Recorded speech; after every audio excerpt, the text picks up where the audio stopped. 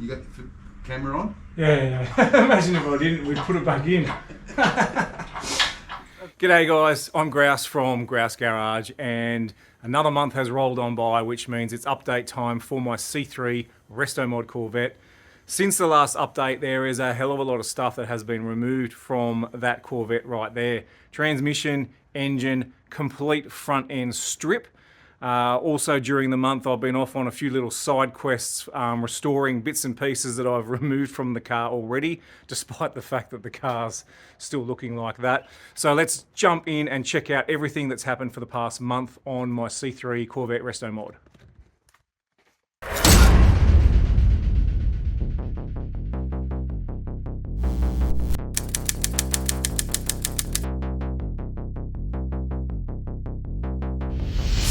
Yeah, that's it. Yeah, great. Just lay that on the ground. Perfect. Now lower this. Yeah, I'll take it out this side. Oh, that's great. Yeah! Oh, that's heavy, man. And caked in shit. Alright, so we're starting the month off by working underneath the C3 Corvette. The first thing I actually did was took an angle grinder to the exhaust, cut that out and threw it straight into the bin. The next thing was then to remove the transmission cross member, which would allow me to drop the transmission and get it out from there. The transmission bolts holding the bell housing to the back of the engine, they were all accessed through the engine bay, which made this job really easy. Most transmissions that I've done in my time, there's always been a bastard bolt that you couldn't get to, but this one was actually very easy. At this point here, I'm just lowering the transmission down on the trolley jack. If I had a hoist and a transmission jack, this would have been even easier still, but overall, this was not a hard task. Right here, I'm actually intentionally letting it slide off the trolley jack onto the floor. And then once it was on the floor, I just dragged it out from underneath the car.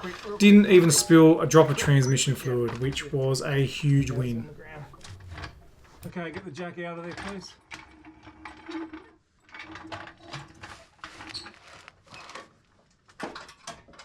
they're fine.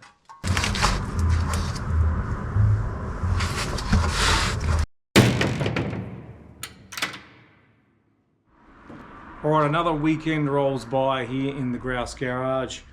Lance will be here any minute, and today's job is to pull that engine out of the engine bay and send it away and put it into nice dry storage, because as I've said all along, it's a numbers matching car, and I certainly am keeping that engine with the car. I'm just not keeping it in the car. So Lance is getting here very soon. I've got the hoist, he's got a trailer. This day has come around much quicker than what I actually anticipated. The car's only been here in the garage for about a month and a half, and I'm already ripping that engine out. Now, the last full resto I did took me 5 years, and that was a full nut and bolt resto. That was the Tirana, for those of you interested in that.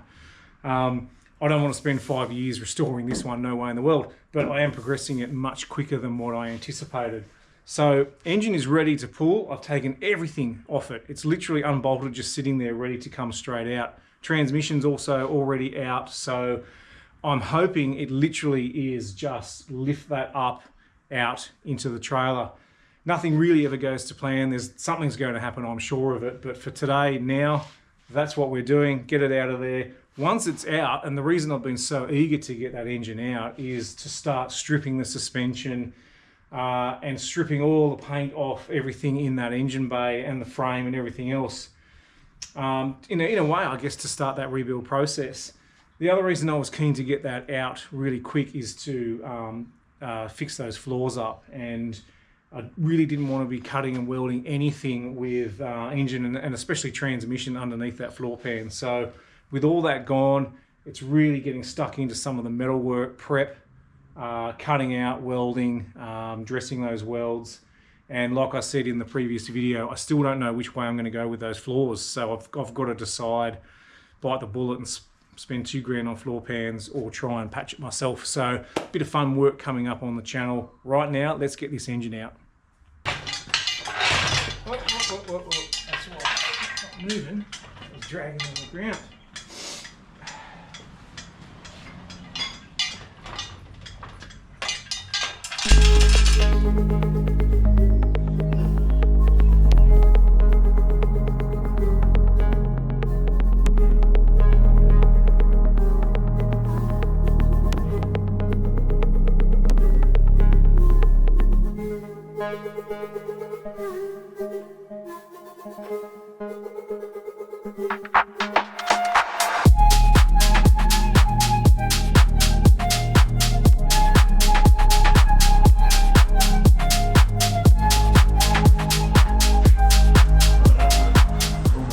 Yep, okay, we're off this side. Yep. So we can just go keep going straight up. Yeah, past that. Yeah? Whoa, yes, yes, yes, yes. Keep going up, straight up. Everything's clear. That's actually good that it twisted like that, because that clears that sender. Yeah. So now the only worry is enough height.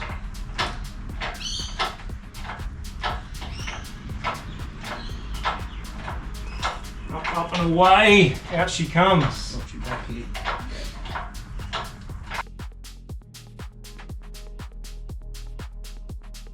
So just sort of, I'll push on the engine while you pull, yeah, and we'll just sort of nudge it. Yeah, so you're clearing that blue one. Yeah. Wait a sec, wait, it needs to go up a little bit more, but just go up a little bit more and you can go straight back. Yep. Sweet, yep, okay.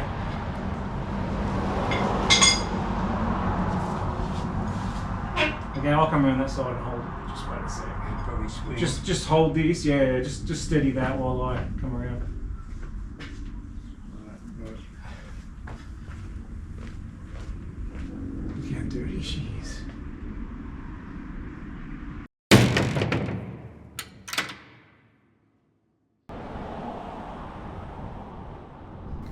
So as you saw, the engine was literally just lifted up and out of the engine bay once everything had been disconnected from it. The engine hoist coming in from the side, that was certainly easier than what I anticipated. And I'll have to remember that when the LS1 goes back into this Corvette. At this point here, we just moved the engine on the hoist out to the street, and I gave it a high pressure wash. We then loaded it into Lance's trailer along with the hoist itself, and we drove it off to Lance's garage, where it's going to live for a little while due to lack of storage space in my own garage. The engine is absolutely being kept with the car. It's a numbers matching car after all.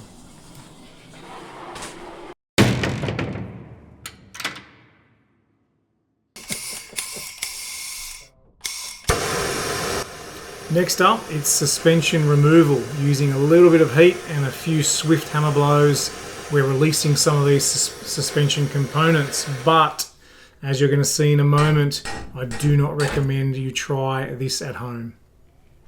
Easy peasy.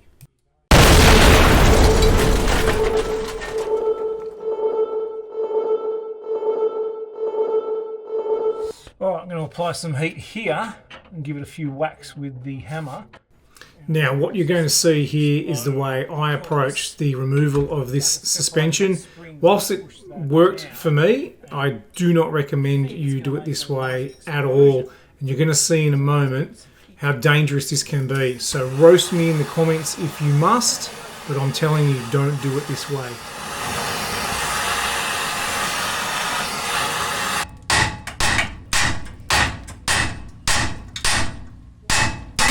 Oh, yes! Glad my head wasn't under there. That is an explosion. Oh my gosh. What happened there? That's exactly what I was expecting, but like a little 10 times worse. It's actually put a massive gouge in the concrete floor of the garage. Oh, look at that chunk out of the floor. Oh, wow.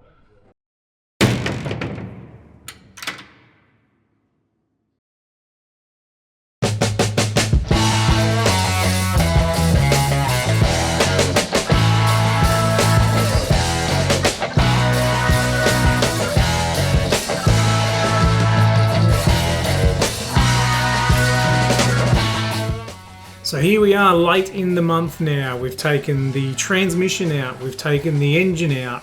As you can see here, I am working on a full front end suspension strip. I've actually progressed this a little bit further now, and I've taken out the top control arms, the bottom control arms, and I'm working now with the brake calipers, and you're going to see me start to rebuild those.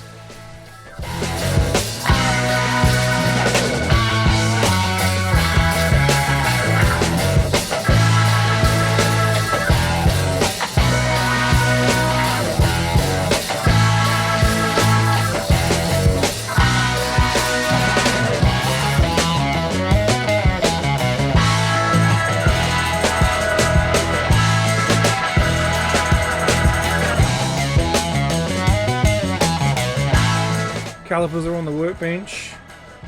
These are the rears. There's the front sitting there. These ones I've wire wheeled, cleaned up nicely, and then I just gave them a little bit of rust converter so they wouldn't go all rusty while they were sitting there. These are the fronts. I've only just finished wire wheeling those. I'm going to give them a good scrub and degrease now, and hopefully get some paint on all of those. All the other brake components I've got here, these springs I will reuse. These pistons, they're the fronts, they're the rears. They don't get reused because I've got these kits here for O-ring seals, which come with new pistons. So when I am done painting these up all nice, I will put these new pistons and O-ring seals in, and they'll never leak again. These are the, just out of interest, these are the rear pistons that came out. They're lip seal pistons, but they look literally brand new. And then these are the front pistons that came out, and they are also lip seals, and they look 40 years old. So they were in terrible condition. And the front calipers were leaking too, which is why I started this whole process. So, yep, a little bit of cleanup work here, a little bit of paint, and then we'll put those kits through them.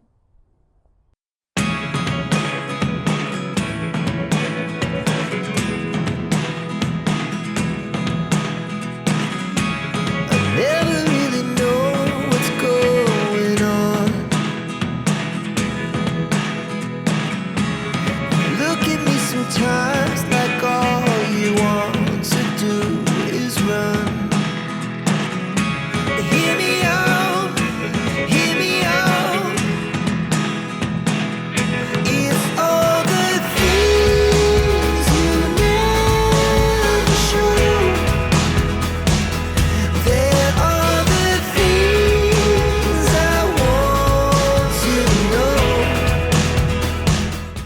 It's 24 hours now since I painted these calipers. I just got them hanging here to dry. That's one set there, and I've got the other set hanging over here above my workbench. And they're also just hanging there to dry 24 hours later. But the plan is I'm going to leave them for, well, I think about 7 days. That's what it says on the rattle can. And then I'm going to assemble them with these O-ring seal kits, and then I'm going to tuck them away for when I need them, which actually won't be for some time. But like I said, it's one of those little side quests that I like to go on and feel productive, basically. So fully restore the calipers. It gives me a nice end result that I can be proud of, and then I'll just tuck them away and bring them out when I need them. So yeah, all done.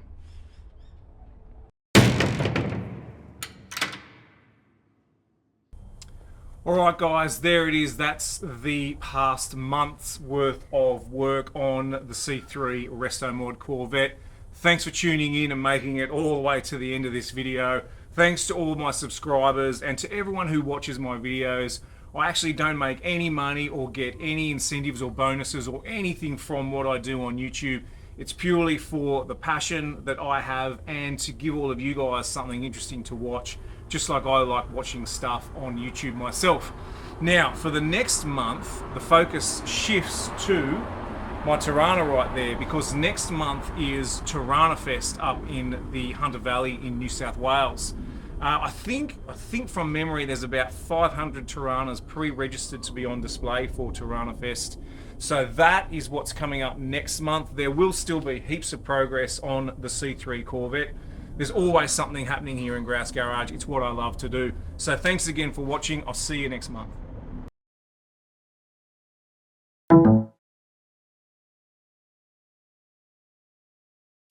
G'day guys, I'm Grouse from Grouse Garage, and it's... G'day guys, I'm Grouse from... Fucking hell.